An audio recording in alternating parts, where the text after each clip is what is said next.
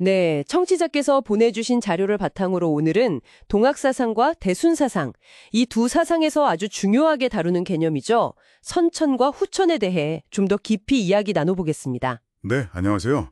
선천과 후천.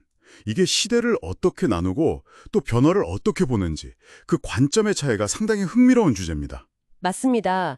특히 그 동학에서 다시 개벽이라는 말이 나오는데 이게 혹시 도로선천, 그러니까 과거의 어떤 이상적인 시대로 돌아가자는 의미가 아닌가 하는 해석도 있잖아요. 네, 일부 기록 예를 들면 상주동학 같은 데서는 실제로 그렇게 해석하기도 했죠.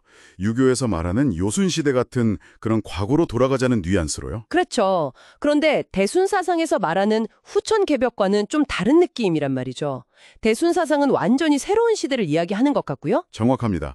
대순사상의 관점에서 보면 그 도로선천이라는 해석은 구천개벽이 담고 있는 그 급진적인 새로움, 그 의미를 다 담아내지 못하고 약간 유교적인 틀에 머무르는 해석으로 볼 여지가 있는 거죠. 아, 단순히 과거로 돌아가는 게 아니라는 말씀이시군요. 네. 그리고 또 흥미로운 기록이 당시 동학을 따르던 사람들 중에는 각자 왕후장상의 꿈을 꾸었다는 내용도 있거든요. 아, 네네. 그런 이야기가 있죠. 이건 단순하게 그냥 과거의 이상사회로 돌아가자 이것만으로는 설명하기 어려운 어떤 열망, 그러니까 새로운 시대에 대한 어떤 기대 같은 게 있었다는 거죠. 도로선천 해석만으로는 좀 부족한 면이 있습니다. 그렇군요. 그럼 이제 대순사상의 후천개벽 쪽으로 넘어가 볼까요? 여기서는 그 기준점이 명확한 것 같아요. 상제, 즉 우주의 주재자가 인간의 몸으로 내려온다는 인신강세 사건을 딱 기준으로 선천과 후천을 나누더라고요. 맞습니다. 그게 아주 핵심적인 차이죠. 그리고 중요한 건 대순사상에서는 선천시대를 그냥 잘못된 시대, 나쁜 시대 이렇게 딱 잘라보지 않는다는 점이에요. 아, 그래요? 보통은 과거를 부정하고 새 시대를 이야기하지 않나요? 물론 선천시대의 문제점들을 지적하긴 하지만 그걸 후천으로 나아가기 위한 필연적인 과정으로 이해합니다. 우주가 봄, 여름, 가을, 겨울 순환하듯이 생장, 염장이라는 원리가 있잖아요. 선천은 바로 그 성장, 장의 단계였다고 보는 거죠. 아, 생장, 염장의 원리, 성장의 단기로서의 선천. 네. 오히려 그 선천시대에 해결되지 못하고 쌓였던 문제들, 특히 원한이라고 표현되는 그런 것들이 쌓이고 쌓여서 이게 역설적으로 후천이라는 새로운 시대를 여는 강력한 에너지가 된다고 설명합니다. 와, 그 발상은 정말 독특하네요.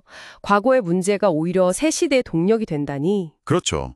묵은 문제의 에너지가 변화의 열쇠가 된다는 상당히 역동적인 관점입니다. 그럼 그렇게 열리는 후천은 구체적으로 어떤 모습인가요?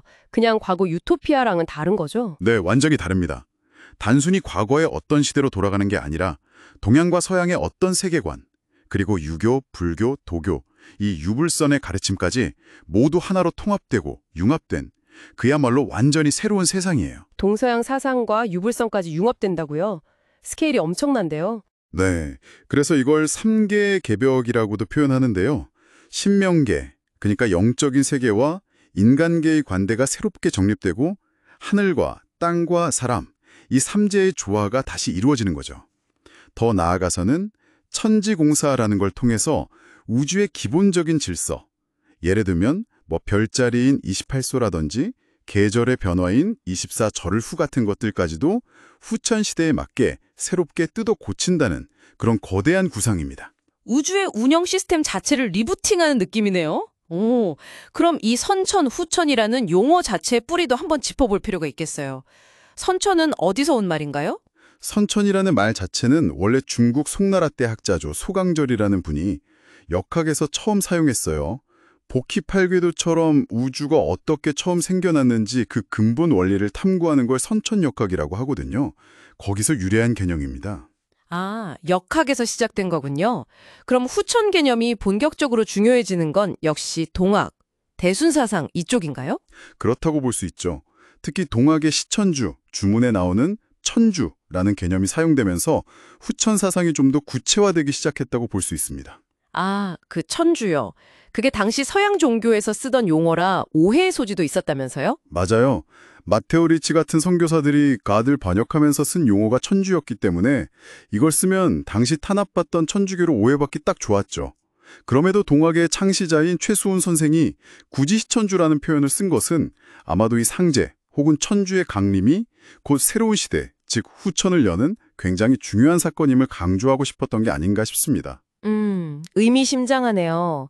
불교의 미륵신앙에서 말하는 용화세계와도 좀 통하는 맥락이 있을까요? 네, 분명히 연결되는 지점이 있습니다.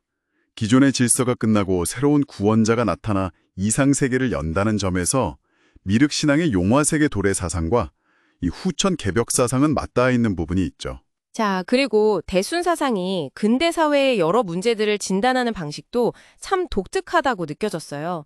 보통 서구 사상처럼 사회 구조나 경제 시스템을 비판하는 게 아니라 하늘, 천, 땅, 디, 사람, 인, 이 3개가 낡고 균형을 잃었다. 이런 식으로 동양적인 우주관으로 진단하잖아요. 네, 바로 그 점이 대순 사상 진단의 아주 독창적인 부분입니다.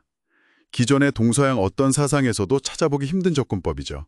3개가 낡았다니? 네, 대순 사상에서 보는 3계는 고정불변이 아니에요. 상제에 의해서 변화될 수도 있고 가변성, 또 계속 이어지면서 항상성, 서로 영향을 주고받는다고 보거든요. 근데 이 3계가 조화를 잃고 병들었다.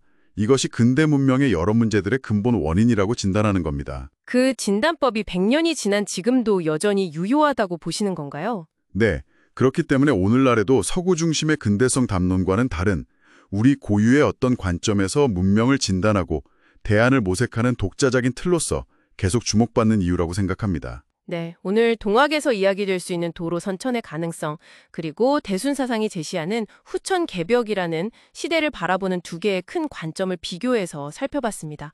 과거로의 회귀냐 아니면 완전히 새로운 미래의 창조냐, 이 대비가 참 인상 깊었습니다. 네, 그렇죠. 마지막으로 청취자분들께 이런 질문을 한번 던져보고 싶네요. 이렇게 과거의 문제들, 쌓이고 쌓인 원한 같은 것들을 풀고 또 동서고금의 다양한 지혜와 원리들을 융합해서 새로운 질서를 만들려고 했던 이 사상들을 접하시면서요. 혹시 지금 각자 마주하고 계신 어떤 변화나 도전 과제들 이런 것들을 이해하고 해결해 나가는 데 있어서 어떤 영감을 얻으실 수 있지 않을까? 아, 좋은 질문이네요. 과거의 유산과 다가올 미래 사이에서 우리는 어떤 길을 만들어 가야 할지. 네.